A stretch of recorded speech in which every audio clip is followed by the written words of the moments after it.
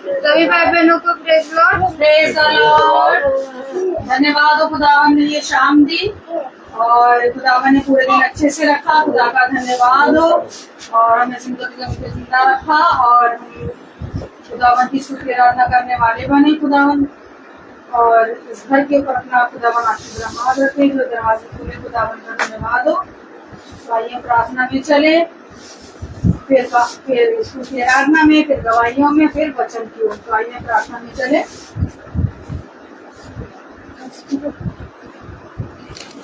आइए प्रार्थना करें। धन्यवाद धन्यवाद धन्यवाद धन्यवाद देते हैं खुदावन सुंदर समय के लिए जो एक बार आपने फिर दिया खुदावन। जाने जाने में कोई गुनाह हुआ उसे माफ करिए। इस घर के ऊपर अपना आशीर्वाद हाथ रखिए खुदावन। हम सबको अपने वचन की समझ और बुद्धि दीजिए खुदावन। खुदावन आपसे प्रार्थना करते हैं इस घर के ऊपर अपना आशीर्वाद हाथ रखिए। घर में रहने वालों के संग रहिए, उन्हें समझ और बुद्धि दीजिए अपने वचन की खुदावन की बोलो की आके बैठे खुदावन। खुदावन जितने भी लोग फेसबुक के जरिए यूट्यूब के माध्यम से देखते हैं सबको अपने वचन की समझ और बुद्धि दीजिए खुदावन। उनके प्रत्येकों के ऊपर आशीर्वाद हाथ रखिए। जितने भी मार्ग में आ रहे हैं खुदा सबकी रक्षा करिए खुदावन। हम सबको अपने हाथों में लीजिए। यीशु मसीह के नाम में मांगते हैं, आमीन।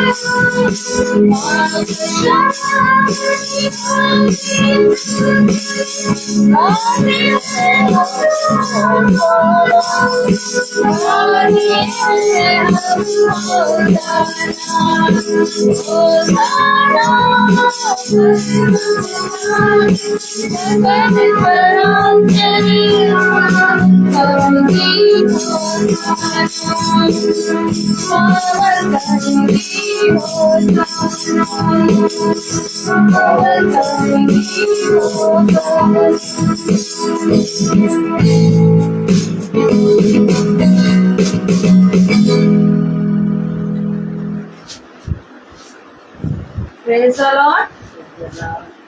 समय होगा वचन की ओर। हमारे दास मुझे याद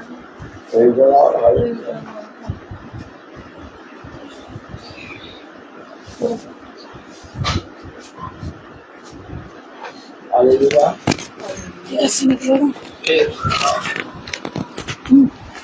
जो हम सबको पिता ने समय दिया, हम अपने पिता के वचन को बहुत आयत से सुने और उसमें एक संगति करें और हम सब खुदा के प्रति ईमानदार बने। हालेलुया। क्योंकि खुदा ने हम सबको अपने वचन के द्वारा बहुत सी बातों को समझने और समझाने के लिए इस पृथ्वी पर रचा है। और जब आज पिता ने ये पवित्र वचन दिया है तो अवश्य है जब पिता की इस पवित्र वचन से बहुत सी बातें सीखे और जैसा पिता ने हमारे लिए रखी है जो बातों को उनको जानने और समझने में लगता है। क्योंकि पिता ने हमें बहुत सी बातों के विषय में समझाया है। इस पृथ्वी पर हमें किस रीति से अपने सृष्टिकर्ता के प्रति ईमानदार रहना है। और जब हम अपने पिता के वचन को सुनते हैं और उस पर प्राण लगाते हैं तो हम बहुत आयत से पवित्र वचन के प्रति जो पिता ने अपने वचन में कहा उसके अनुसार करने में हम चौकसी करते हैं। आखिर क्या कारण है कि हमें पिता के वचन के निकट प्रतिदिन आना है और क्यों हमें आखिर पिता के वचन को अपने जीवन में ग्रहण करना है? हमें क्या मिलेगा पिता के वचन को ग्रहण करके या पिता के वचन में चल के? जब हम पिता के वचन में चलते हैं, पिता के वचन को ग्रहण करते हैं तो अवश्य है कि हम अपने पिता के वचन से वह बातें सीख पाते हैं जिन बातों को पिता ने हमारे लिए रखी है। हालेलुया। और हमें पिता के निकट आना, उसके वचन में प्रतिदिन बने रहना हमारे लिए अवश्य है।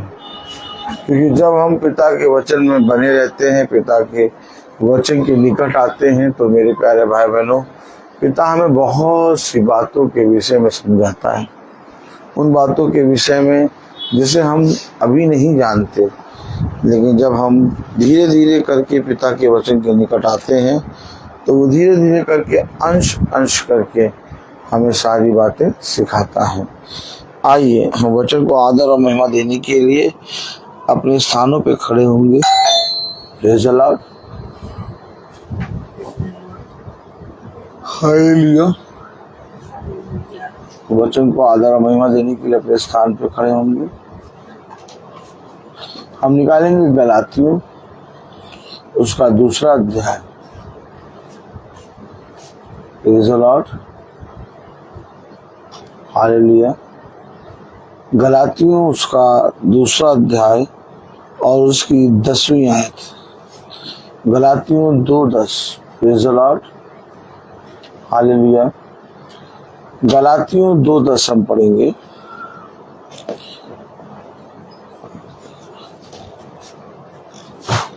हालेलुया। गलातियों 2:10।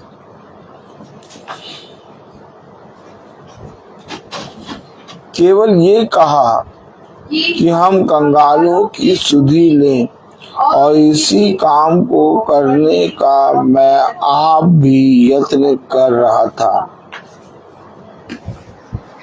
Praise the Lord. खुदावन का पवित्र वचन जो कि खुदा ने हमें दिया, उसे खुदा हमें समझने और उस पर चलने की सामर्थ प्रदान करे। आमीन। हम सब अपने स्थानों पर बैठ गए। Praise the Lord. कलाम में लिखा है, वचन में लिखा है, ये कहा कि हम कंगालों की सुधि ले और इसी काम को करने का मैं आप भी यत्न कर रहा था। देखा, हमें सुधि लेनी है। हमें अपने उन निर्बल भाइयों, उन बहनों के पास जाकर सुधि लेनी है। बहुत से ऐसे निर्बल भाई हैं, बहन हैं, बहुत से ऐसे जो मेरे प्यारे भाई बहनों, आज अगर हम बहुत ध्यान से देखें तो पता चलता है कि बहुत से भाई बहन ऐसे हैं, बहुत से लोग ऐसे हैं जो इस पृथ्वी पर निराशा, आशाहीन जीवन बिता रहे हैं। हम लोग प्रतिदिन हंसते हैं, खेलते हैं, हष्ट पुष्ट रहते हैं, हम लोग पिता के वचन में आनंदित रहते हैं। Hallelujah, hallelujah. लेकिन इसको हटा दीजिए ना, प्लग हटा दीजिए। Praise the Lord. सचिन, इसको हटा दीजिए, प्रेज़ द लॉर्ड। लेकिन अगर हम बहुत ध्यान से देखें तो बहुत से भाई बहन ऐसे हैं जो अपने जीवन में पूरी तरीके से आशा खो चुके हैं। वह रोगों से, अपने बच्चों से, अपनी पत्नी से, अपने पति से और इस संसार के कामों से, इस तरह से अपने कामों से असहाय हो गए हैं, निराश हो गए हैं कि वे अब इस पृथ्वी पर पूरी तरीके से टूट चुके हैं। लेकिन उनके बीच में पिता ने हमें और आपको भेजने के लिए तैयार किया है। सच बात।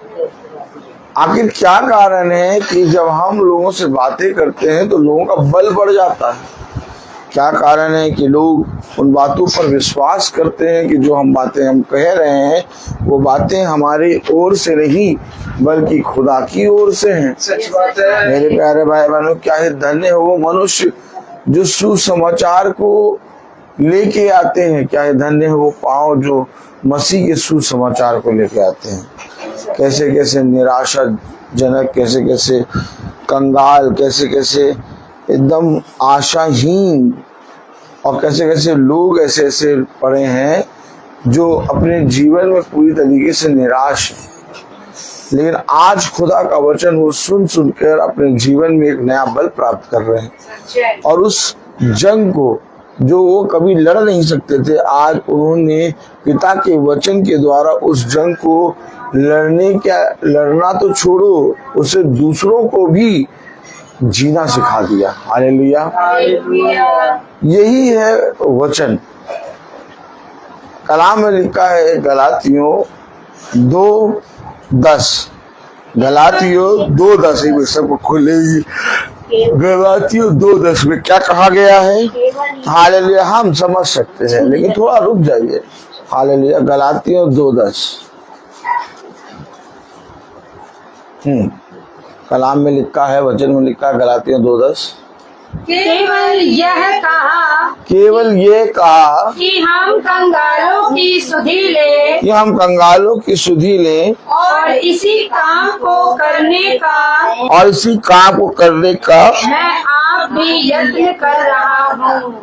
अरे कंगालों की सुधि ले, क्या मिलेगा वहां जाके? लोग पूछते हैं, लोग कहते हैं प्रार्थना में जाके क्या मिलता है? तो देखा कितने लोग आज पूछते हैं ये प्रश्न, क्या मिलता है तुम्हें रोज रोज प्रार्थना में जाके? अच्छा, अपना तेल लगा के तो नहीं जाते हो? अपना तेल लगा के जाते हैं। अच्छा, क्या मिलता है? क्यों आखिर पवित्र वचन को हम लेकर अपने जाति भाइयों के घर जाते? क्योंकि वचन में कहा गया है कंगालों की सुधि ले। कौन लेगा? कौन लेगा कंगालों की सुधि? सब अपने अपने कामों में व्यस्त हैं। किसी के पास इतना समय नहीं है कि वो आपको आके देख ले, आपसे मिल ले। साल हो जाता है, साल में एक त्योहार आता है क्रिसमस, अब उसमें भी लोग नहीं आते, दूर से ही विश कर देते हैं। क्यों? क्योंकि समय नहीं। फिर आपके पास इतना समय कैसे मिल जाता है कि आप घर घर जाके पिता के सुसमाचार को सुनाएं? कैसे आपके पास इतना समय मिल जाता है कि आप उन कंगालों की सुधि लें? जिस दिन आप पर दया होगी और जिस दिन आप पिता के वचन को जानेंगे, जिस दिन आप सच में यीशु मसीह के प्रेम को जानेंगे, उस दिन आप उस प्रेम को लेके दूसरे जाति भाइयों में जाके आप देंगे। क्यों देंगे? क्योंकि वो प्रेम जो पिता की ओर से आपको मिला है वो एकदम अनोखा है, सच है। उसमें कोई छल नहीं है, उसमें कोई कपट नहीं है, उसमें कोई भी दो राय नहीं है। उसमें केवल एक ही चीज है कि देखो मैंने तुमसे प्रेम किया है। देखा, जब तुम पापी ही थे तभी मैंने तुमसे प्रेम किया। जब तुम पापी ही थे तभी मैंने अपने इकलौते पुत्र को तुम्हारे लिए दे दिया, ताकि जो कोई उस पर विश्वास करे वो कभी निराश ना हो, वो कभी नाश ना हो। मेरे प्यारे भाई बहनों, कलाम में लिखा है, वचन में लिखा है, मैंने ऐसा ही यत्न किया। क्या यत्न किया? कलाम में लिखा, वचन में लिखा, और इसी काम को करने का मैं आप भी यत्न कर रहा था। आप लोग बताइए, भविष्यवक्ता प्रॉफिट को आप लोग मानते हैं कि नहीं मानते हैं? प्रॉफिट को कितना मानते हैं? बहुत मानते हैं, थोड़ा मानते हैं? बताइए। अब प्रॉफिट कह रहा है कि मैं भी वैसा ही करने का यत्न कर रहा था। क्या यत्न कर रहा था? कि कंगालों के पास तेरा सुसमाचार, उनका सुधी लूं और तेरे वचन को बताओ। अब जब प्रॉफिट यत्न कर रहा है ये काम करने का, तो सोचिए, हमें और आपको जब ये काम मिला है और हम और आप जब ये काम कर रहे हैं, यत्न कर रहे हैं कि कोई मनुष्य अपने जीवन में जो बिगड़ गया है वो सही मार्ग पर आ जाए, हम उसे पिता का वचन बता दें, तो क्या हम गलत कर रहे हैं? क्योंकि जब प्रॉफिट ने ये काम किया, जब भविष्यवक्ताओं के द्वारा ये काम हुआ, तो अवश्य है कि हमें और आपको भी ये काम करना है। क्या करना है हमें? हमें कंगालों की सुधि लेनी है और उनके बीच में जाकर अपने पिता के सुसमाचार का बखान करना है। और ये काम कैसे होगा? Praise the Lord। ये काम कैसे होगा? कि कंगालों की सुधि लें। कंगालों की सुधि कैसे लेंगे आप बताइए? हालेलुया। कलाम में लिखा, वचन में लिखा, 11वीं आयत, पर जब कैफा अंताकिया में आया तो मैंने उसके मुंह पर उसका सामना किया कि वह दोषी ठहरा था। अरे मैंने उसके मुंह पर उसका सामना किया क्योंकि वह दोषी ठहरा था। अरे उसके मुंह पे उसका सामना किया क्योंकि वो दोषी ठहरा था। यस। कौन दोषी ठहरा? कैफा। कैफा कौन है? कैफा कौन है जो दोषी ठहरा? मैंने उसके मुंह पर उसका सामना किया क्योंकि वो दोषी ठहरा था। कौन कैफा? पतरस। मालूम है कि नहीं मालूम? हम लोग जब बाइबल पढ़ते हैं, हम लोग जब वचन पढ़ते हैं, तो खुदा हमें हर एक जने का कैरेक्टर दिखाता है। क्या दिखाता है? कैरेक्टर दिखाता है। अभी हम कहीं पर जाएं और किसी मनुष्य से बात करें तो वो हमें पतरस के बारे में बताता है कि पतरस एक प्रभु का शिष्य है, यूहन्ना प्रभु का शिष्य है, बरतुल्मै प्रभु का शिष्य है, पौलुस प्रभु का शिष्य है। लेकिन सोचिए, सीधे बैठ जाइए, सीधे एकदम सीधे बैठ जाइए। हालेलुया। हालेलुया। लेकिन सोचिए, पतरस के विषय में, यूहन्ना के विषय में, पौलुस के विषय में, सारे भविष्यवक्ताओं के विषय में कि कब वे क्या कर रहे थे, हमें कौन बताता है? प्रभु का वचन। और जब आप वचन को यानी बाइबल को खोल के पढ़ते हैं तो आपको समझ में आता है कि आज जो दुनिया में हम देखते हैं कि बहुत से ऐसे लोग जो सुसमाचार का प्रचार कर रहे हैं, वे बहुत से लोग ऐसे हैं जो खाने के पीछे पड़ गए हैं, बहुत से लोग ऐसे हैं जो धन के पीछे पड़ गए हैं, बहुत से लोग ऐसे हैं जो अपने मैं के पीछे पड़ गए हैं, बहुत से लोग ऐसे हैं जो तमाम किस्म की चीजों के पीछे पड़कर प्रभु के उस सुसमाचार को जो उन्हें श्वेत में बताना चाहिए था वह नहीं बता पा रहे। तो वही आत्मा, क्या वही आत्मा जो आज आपको बहुत से पास्टर याजकों में दिखाई देती है, वही आत्मा पतरस के अंदर भी पौलुस को दिखाई दी। क्योंकि पतरस के विषय में पौलुस कह रहा कि क्या कह रहा, पर जब कैफा अंताकिया में आया तो मैंने उसके मुंह पर उसका सामना किया। मैंने उसके मुंह पर उसका सामना किया। क्यों? क्योंकि वह दोषी ठहरा था। अरे सोचिए, पतरस दोषी ठहरा, और किस बात में दोषी ठहरा? मैंने उसके मुंह पर उसका सामना किया। हमें क्या मिला है? कंगालों में जाकर उसकी सुधि लें, उनकी सुधि लें, कंगालों में जाकर उनकी सुधि लें और उनको वह बातें जो पिता ने हमें दी उनको समझाएं, सिखाएं। मैंने देखा कि कैफा मेरे मुंह पर, मैं उसके मुंह पर उसका सामना किया। मैंने उसके मुंह पर उसका सामना किया क्योंकि वो दोषी ठहरा। पढ़े जरा पूरी आयत। पर जब कैफा अंताकिया में आया तो मैंने देखा आपने कुछ देखा? नहीं देखा। हम अपने आप को कैसे बचाएं? हम तो पतरस के बराबर नहीं है, हाँ, हम तो प्रॉफिट के बराबर नहीं है।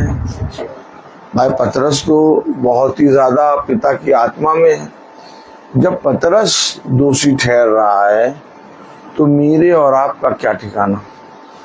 वचन में लिखा है, जब धर्मी मनुष्य ही कठिनाई से प्रवेश करेगा स्वर्ग राज्य में, तो हम भक्तिहीनों का क्या ठिकाना? सच बात है। हम लोग कहते हैं ना कि हम स्वर्ग के राज में जाएंगे, कितनी जल्दी, मतलब मुंह फाड़ के कहते हैं, कितनी जल्दी हम लोग मुंह फाड़ के कहते हैं कि हम लोग सब स्वर्ग के राज में जाएंगे।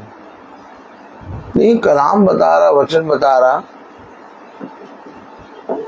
कि जब पतरस दोषी ठहर रहा है, भाई पौलुस ने उसके मुंह पर उसका सामना किया। जैसे आप समझिए कि इस समय पास्टर लोग जैसे चल रहे हैं, एक पास्टर दूसरे पास्टर के सामने खड़ा हो रहा है, कह रहा है कि तू दोषी है। वैसे ही पौलुस पतरस के विषय में कह रहा कि कैफा दोषी ठहरा। जब पतरस यानी कैफा अंताकिया में आया, पढ़े, पर जब कैफा अंताकिया में आया जब कैफा अंताकिया में आया तो मैंने उसके मुंह पर उसका सामना किया। तो मैंने उसके मुंह पर उसका सामना किया क्योंकि वह दोषी ठहरा था। अब ये बताइए कि हम और आप कैसे बच पाएंगे? हम और आप कैसे बचेंगे? सच बात है। Praise the Lord, praise the Lord, hallelujah. Hallelujah. हम और आप कैसे ठहरेंगे, बच पाएंगे? Praise the Lord, praise the Lord, hallelujah, hallelujah. Hallelujah. पतरस दोषी ठहरा। क्या? पतरस दोषी ठहरा था। कैसे दोषी ठहरा था? पढ़े, इसलिए कि याकूब की ओर से कुछ लोगों के आने से पहले वह अन्य जातियों के साथ खाया करता था। खाने पीने में, सच बात है। किसमें? खाने पीने में अन्य जातियों के साथ। बात ये नहीं कि वो अन्य जातियों के साथ खाया है, खाने पीने में तो वो अन्य जातियों के साथ खाता था। लेकिन वचन को वो अन्य जातियों में नहीं बताता था। क्या लिखा कलाम में, पढ़े जरा। इसलिए कि याकूब की ओर से कुछ लोगों के आने से पहले वह अन्य जातियों के साथ खाया करता था, परंतु जब वे आए तो खतना किए हुए लोगों के डर के मारे वह पीछे हट गया और किनारा करने लगा। ये खतना किए हुए लोगों के डर के मारे वो पीछे हट गया और किनारा करने लगा।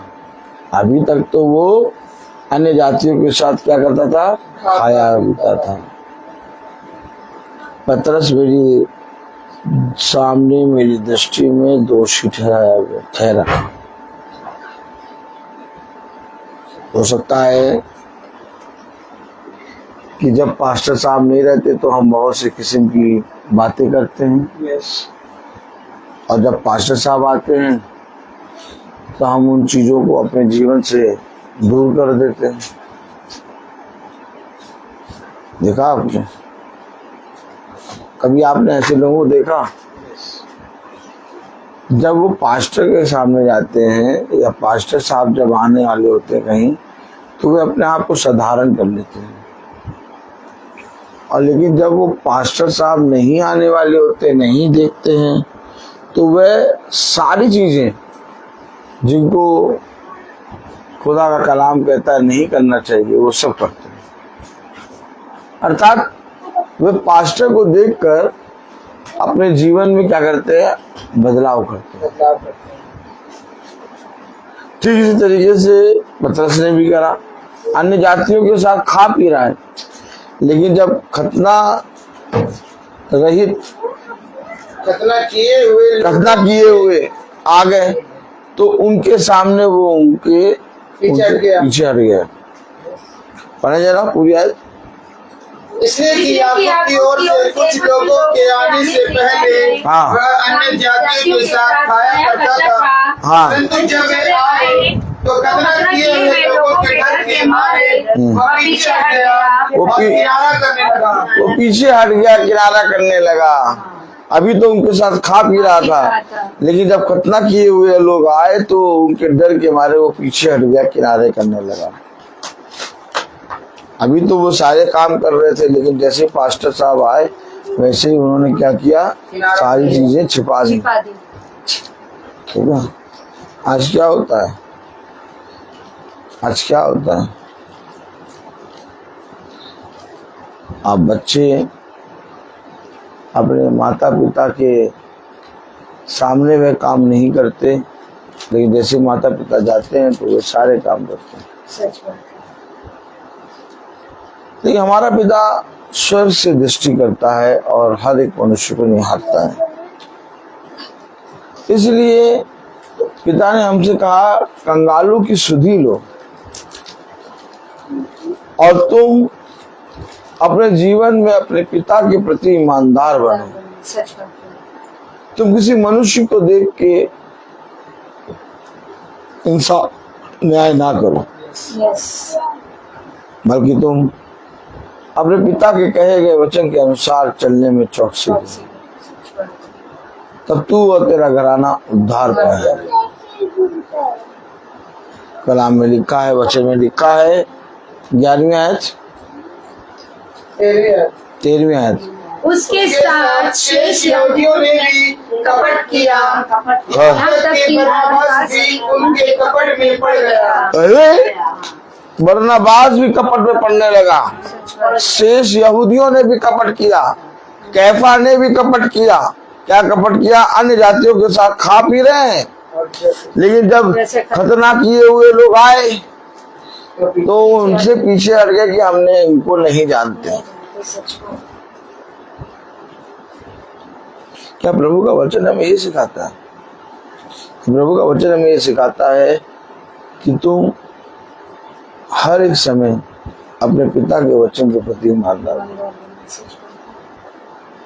किसी मनुष्य को देख के ना डरो कि मनुष्य तुम्हारे विषय में क्या कहते हैं, क्योंकि वो आज अच्छा कहेंगे और कल बुरा कहेंगे। परंतु तुम्हारा विश्वास उस जीवित खुदा पर है जो तुम्हें सर्वदा जीवन देगा। जो कभी भी तुम्हारे लिए बुरा नहीं करेगा। मनुष्य के लिए तुम चाहे लाख जितना अच्छा कर दो, परंतु एक दिन वो तुम्हारे बारे में, तुम्हारे विरोध में काम करेगा। लेकिन तुम अपने खुदा के विषय में चाहे अच्छा करो या ना करो, वो हमेशा तुम्हारे लिए अच्छा करेगा, क्योंकि उसका स्वभाव है ये। उसके स्वभाव में छल कपट नहीं है। वो हमेशा हमसे प्यार करता है, करता रहेगा और करता था। इसलिए आज हम जीवितों की दुनिया में जीवित हैं। इसलिए चाहिए हमें कि हम अपने पिता के प्रति ईमानदार बने, मनुष्य के मुंह देखा न्याय ना करें, बल्कि हम अपने पिता के वचन के अनुसार करने में चौकसी करें।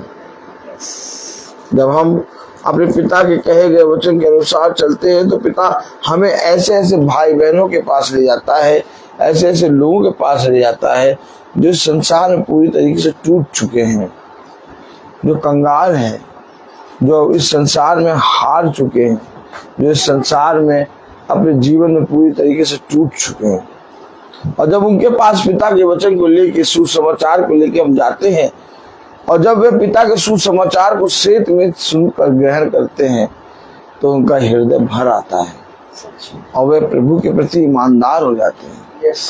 मैं आपसे सच कहता हूँ, आप माने या ना माने, हमेशा एक बात याद रखिएगा,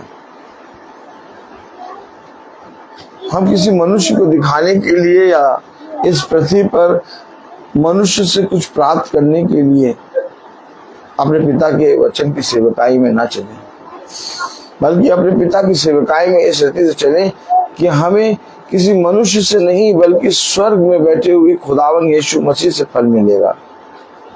क्या धन्य है वो मनुष्य जो अपने पिता के वचन के द्वारा, उनके हाथों के द्वारा फल को प्राप्त करता है।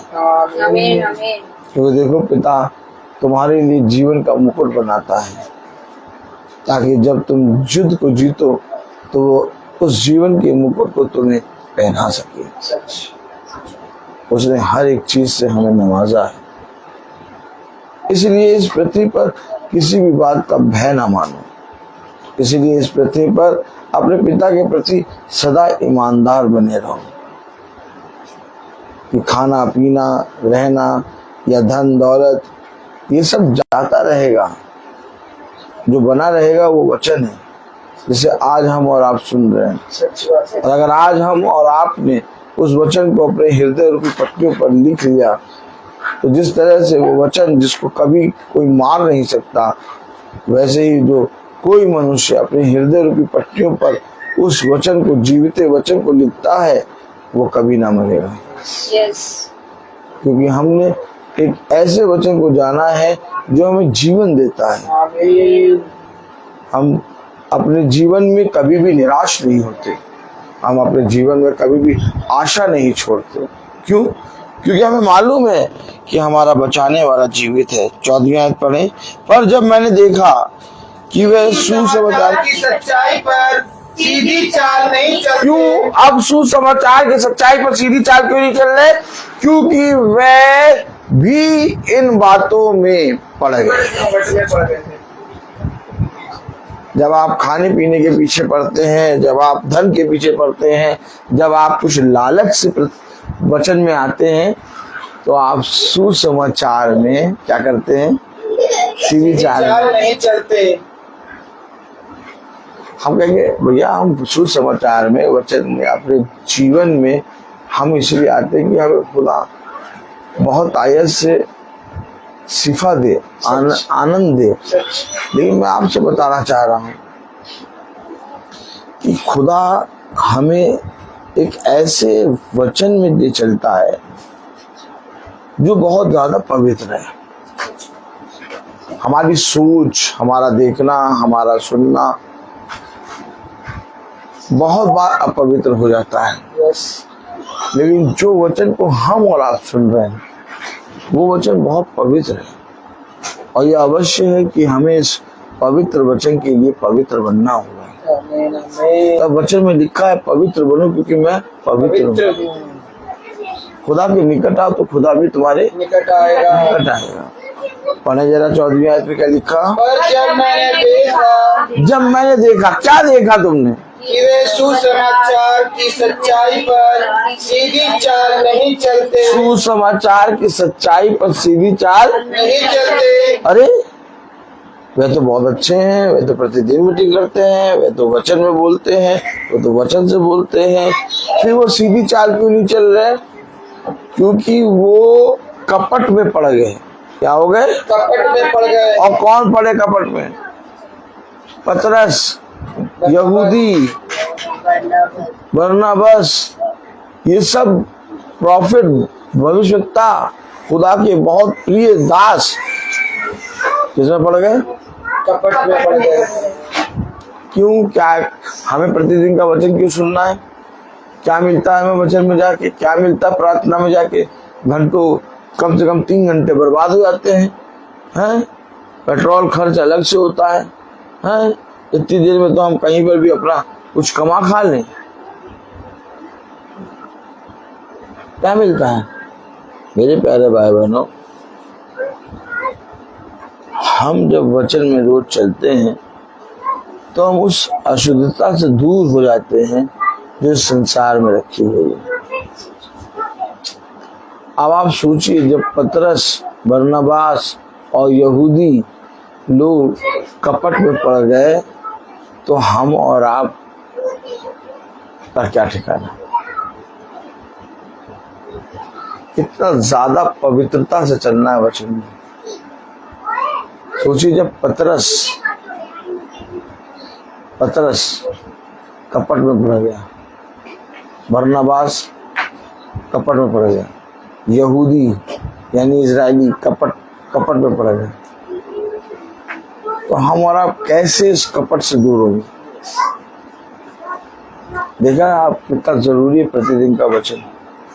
देख रहे हैं आप कितना जरूरी है प्रतिदिन का मन्ना? ये प्रतिदिन का वचन, प्रतिदिन का मन्ना हमें क्या देता है? जान देता है। क्या देता है? जीवन देता है। क्या देता है? बहुत ताकत का जीवन देता है। हम कहते हैं हमसे सब कुछ ले लो, परंतु हमारे पिता के वचन को ना लो। सच। क्योंकि हमें इसके द्वारा जीवन मिलता है। आमीन। 14वीं आयत पढ़ें। पर जब मैंने देखा सुसमाचार की सच्चाई पर सीधी चाल नहीं चलते। कि वे सुसमाचार की सच्चाई पर सीधी चाल नहीं चलते, तो मैंने सबके सामने कैफा से कहा, जब तू यहूदी होकर अन्य जातियों के समान चलता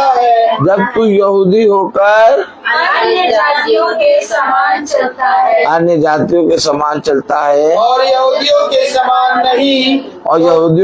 नहीं, तो तू अन्य जातियों को यहूदियों के समान चलने को क्यों कहता है?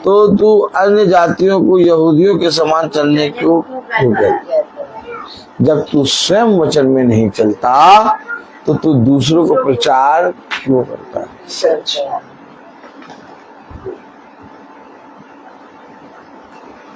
पहले खुद चलना होगा, पहले खुद चले। और अगर हम खुद ना चलें और हम आपको वचन खोल के पढ़ाएं, आप मन ही मन कहेंगे देखो अपना तो वैसे चलते नहीं है और हमें वचन बताएं। क्यों? बताइए। सच। पहले अपने अंदर झांक के देखिए कि हम क्या वैसे चल रहे हैं? क्या हमारे जीवन से प्रभु का वचन प्रचार हो रहा है? क्या जिस पवित्र वचन के विषय में हम बातें कर रहे हैं, क्या वो पवित्र वचन जिसको हम लोग सुन रहे हैं, क्या हम उसके अनुसार चलते हैं? Praise the Lord. Hallelujah. Hallelujah. बहुत जरूरी है कि इससे पहले कि हम वचन का प्रचार करें, हमें अपने आप के चाल चलन को सुधारना है।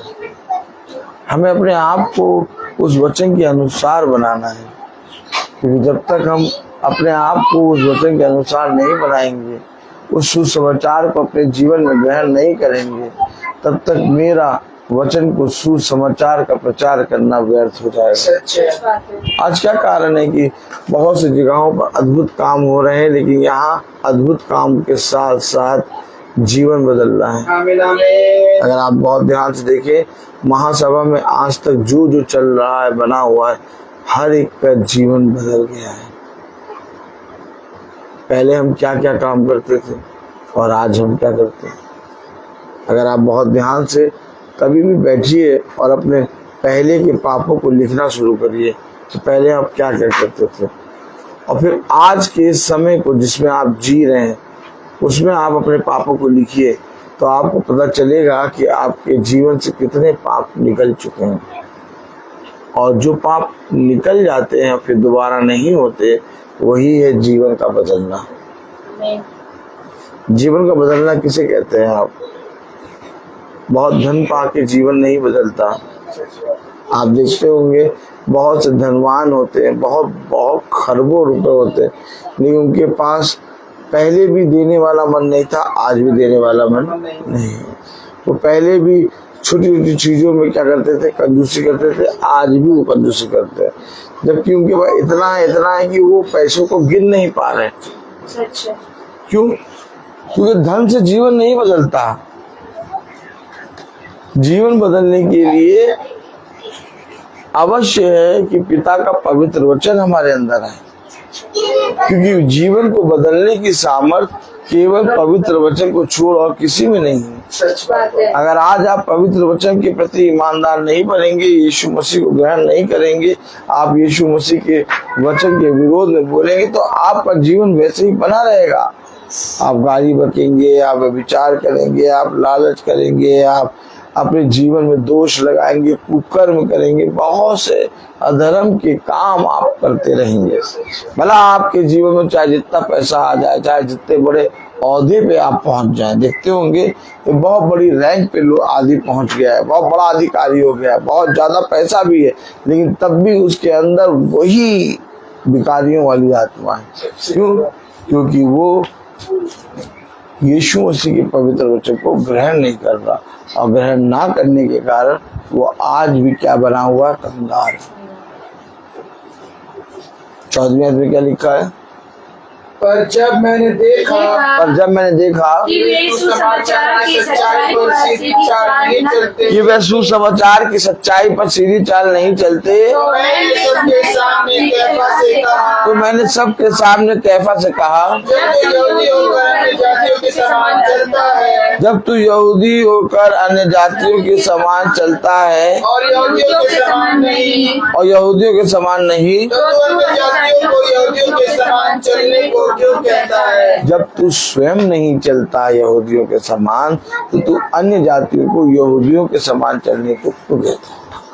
जब तू स्वयं पवित्र वचन में नहीं चलता, जब तू स्वयं पवित्र वचन में प्रतिदिन नहीं चलता, जब तू स्वयं प्रभु के पवित्र वचन को ग्रहण प्रतिदिन नहीं करता, तो तू क्यों कहता है कि मैं यीशु मसीह का बेटा हूँ? तो तू क्यों कहता है कि क्योंकि वे स्वयं पवित्र आत्मा के सामर्थ्य में होकर स्वर्ग के राज में पहुंचते नहीं है, बल्कि जो पहुंचने वाले होते हैं उन्हें भी पहुंचने से मना करते हैं। पूरा जिम्मेदारी यीशु मसीह की होती है। मैं सच कह रहा हूँ, क्योंकि जब आप सुसमाचार के प्रति स्टेप लेते हैं, जब आप सुसमाचार को अपनी ढाल बनाते हैं, जब आप सुसमाचार को अपने जीवन में प्रथम स्थान देते हैं, तो मेरी सोच, जब पतरस, बरनबास और कई यहूदी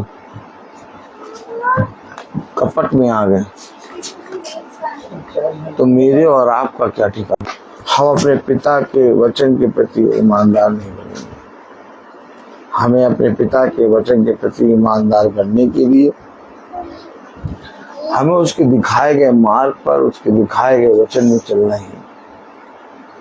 सोचिए, जब पतरस यानी कैफा, बरनबास और यहूदी कपट में आ सकते हैं, तो शैतान हमें और आपको इस पृथ्वी पर अपने पिता के वचन के प्रति ईमानदार बने और प्रतिदिन अपने आप को पिता के सम्मुख रखें, क्योंकि हमें मालूम है कि इस संसार का जो चोर है, जो दुष्ट है, वो घात लगाए बैठा है कि कब फाड़ खाए। जब पतरस बरनबास और युवक के ग्रहण करके अपने हृदय रूपी पट्टियों पर लिख कर चले, क्योंकि ये जीवन का मूल सूत्र है, जो कोई प्रभु के निकट आएगा वो जीवन पाएगा, और जो कोई प्रभु से दूर जाएगा वो नाश होगा। इस घर में होने पाए खुदावन यीशु, धन्यवाद देते हैं खुदावन यीशु तेरे दास के लिए खुदावन यीशु, जिसे तूने अपनी आत्मा में तैयार किया, और एक नया वचन जो हम निकम्मों ने कभी नहीं जाना था, उस वचन की शिक्षा तूने उसे दी खुदावन यीशु कि वो हम निकम्मों को सिखाने पाए। सच बात है खुदावन यीशु, हम भी वही उसी प्रकार से संसारिक जीवन में अन्य जातियों के साथ घूमते फिरते और खाते पीते हैं, आपके वचन से दूर हो जाते हैं खुदावन यीशु। सच बात है, हम भी निकम्मेपन में आ जाते हैं खुदावन यीशु, पर तू हमें प्यार करता है, तू भला चरवाहा है खुदावन यीशु, और हम लोगों को पकड़कर हमारे हाथों को थाम कर आपके पवित्र वचन के नजदीक लेकर आता है खुदावन यीशु, कि हम निकम्मे बचाए जाए खुदावन यीशु, बल्कि हम आपके इससे जो आपने हमें नया जीवन दिया खुदावन यीशु, उसको लेकर आपकी स्तुति और महिमा और आपके आराधना करने पाए खुदावन यीशु। खुदावन यीशु विनती प्रार्थनाएं मांगते हैं दास के लिए, दास के ऊपर अपना दाहिना हाथ रख खुदावन यीशु। प्रतिदिन आप उनको नया मन्ना देते हैं, जो हम सबको वो सिखाते हैं खुदावन यीशु, और सीधे मार्ग पर वो हमें एक एक चीज के बारे में बताते हैं खुदावन यीशु। खुदावन यीशु उनके ऊपर अपना दाहिना हाथ रख, उनको आशीषित कर खुदावन यीशु। वो जिस भी घर में जाते हैं खुदावन यीशु, वह घर आशीष और शांति का कारण बन जाता है खुदावन यीशु। विनती प्रार्थनाएं मांगते हैं दास के परिवार के लिए खुदावन यीशु, सब पर अपनी बड़ी कृपा और आशीष दे खुदावन यीशु। हमारे छोटे बड़ा खुदावन यीशु, वचन की सीख दे इनको खुदावन यीशु, कि ये इस वचन में बैठने पाए खुदावन यीशु, और आपके वचन को सीखने पाए और इस पर चलने पाए खुदावन यीशु। खुदावन यीशु अपने झुंड के सभी भाई बहनों के लिए जो यूट्यूब से देखते हैं, उनके लिए लाना है हमें प्रतिदिन उनके मन्ना को खाना है, प्रतिदिन उसके साथ साथ चलना है, बल्कि डगमगाना नहीं है, अन्य जातियों के साथ सांसारिक जीवन में नहीं चलना है हमें, बल्कि प्रतिदिन हमें हर दिन हर पल आपके साथ रहना है। विनती प्रार्थनाएं मांगते खुदावन यीशु कि जो बच्चे यहाँ पर आए खुदावन यीशु, उन पर बड़ी कृपा और आशीष, आपका प्रेम हमारे साथ ऐसे ही बना रहे खुदावन यीशु। आप बड़े हम घटे, ये प्रार्थना मांगते हैं प्यारे बेटे यीशु के नाम से, सुनो ग्रहण कर, आमीन। हे हमारे पिता तू जो स्वर्ग में है, तेरा नाम पवित्र माना जाए, तेरा राज्य आए, तेरी इच्छा जैसे स्वर्ग में वैसे पृथ्वी पर भी पूरी हो। हमारा प्रतिदिन का आहार आज हमें दे, और हमारे अपराध में क्षमा कर, जैसे हम भी अपने अपराधियों को क्षमा करते हैं, और मैं परीक्षा में न डाल, परंतु बुराई से बचा, क्योंकि बादशाहत, कुदरत, महिमा जलाल सदा आपकी है, आमीन। हम हमारे खुदावन यीशु मसीह का फजल, खुदा बाप की मोहब्बत, पाक उनकी रिफाकत और सराहत हमें से हर एक विश्वासी जन के साथ अब से लेकर तक होती रहे, आमीन। धन्यवाद धन्यवाद धन्यवाद, सारी आशीषों के स्रोते धन्यवाद धन्यवाद धन्यवाद धन्यवाद, सारी आशीषों के स्रोते धन्यवाद, सारी आशीष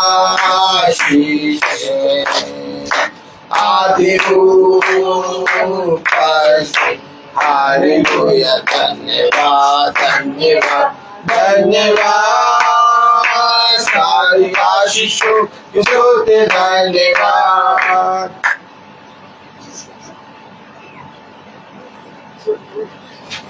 सब भाई बहनों को praise the Lord, praise the Lord. सूचित किया जाता है कि कल की प्रार्थना बहन मीनाक्षी भाई सुनील अभिषेक के घर में कानपुर में होगी। कल सुबह 6:30 बजे प्रार्थना शुरू हो जाएगी। कल सुबह भोर में 6:30 बजे कानपुर में प्रार्थना होगी। सब भाई बहनों को प्रेज द लॉर्ड।